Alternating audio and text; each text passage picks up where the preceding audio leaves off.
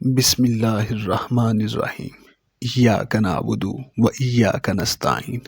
طلاق دفعہ 7 Muslim family laws ordinance 1961 کے تحت اگر کوئی شخص بیوی کو طلاق دے گا تو وہ اس کا نوٹس متعلقہ یونین کونسل کو دے گا، جو 30 دن میں مصالحتی کونسل تشکیل دے گی، جو دونوں کے درمیان راضی نامہ کی کوشش کرے گی۔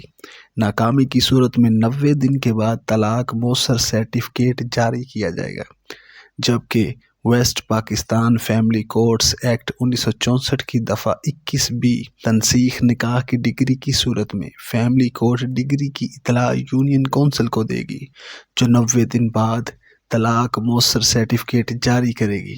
ہائی کورٹ ملتان بینچ نے ایک حالیہ فیصلہ میں قرار دیا ہے کہ محض تنسیخ ڈگری کی صورت میں طلاق نہ ہوگی جب تک سرٹیفکیٹ نہ ہو۔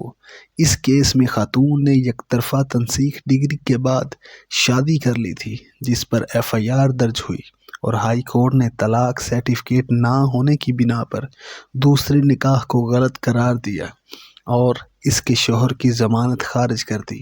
ہماری نظر میں مذکورہ قانون کا مقصد طلاق کے باوجود میاں بیوی کا راضی نامہ کروانے کو کوشش کرنا ہے، نہ کہ کسی کو سزا دینا۔ ویسے بھی مذکورہ قانون انگلش میں تحریر ہے، جس کے بارے میں عام عوام کو آگاہی نہ ہونے کے برابر ہے۔ اگر سزائیں ہی دینا ہے تو پھر پہلے اس قانون کی اردو میں اخبارات و دیگر چینلز پر تشہیر کیا جانا ضروری ہے۔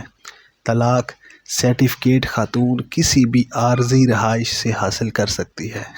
سبسکرائب ماسٹر زین اکیڈمی 2.0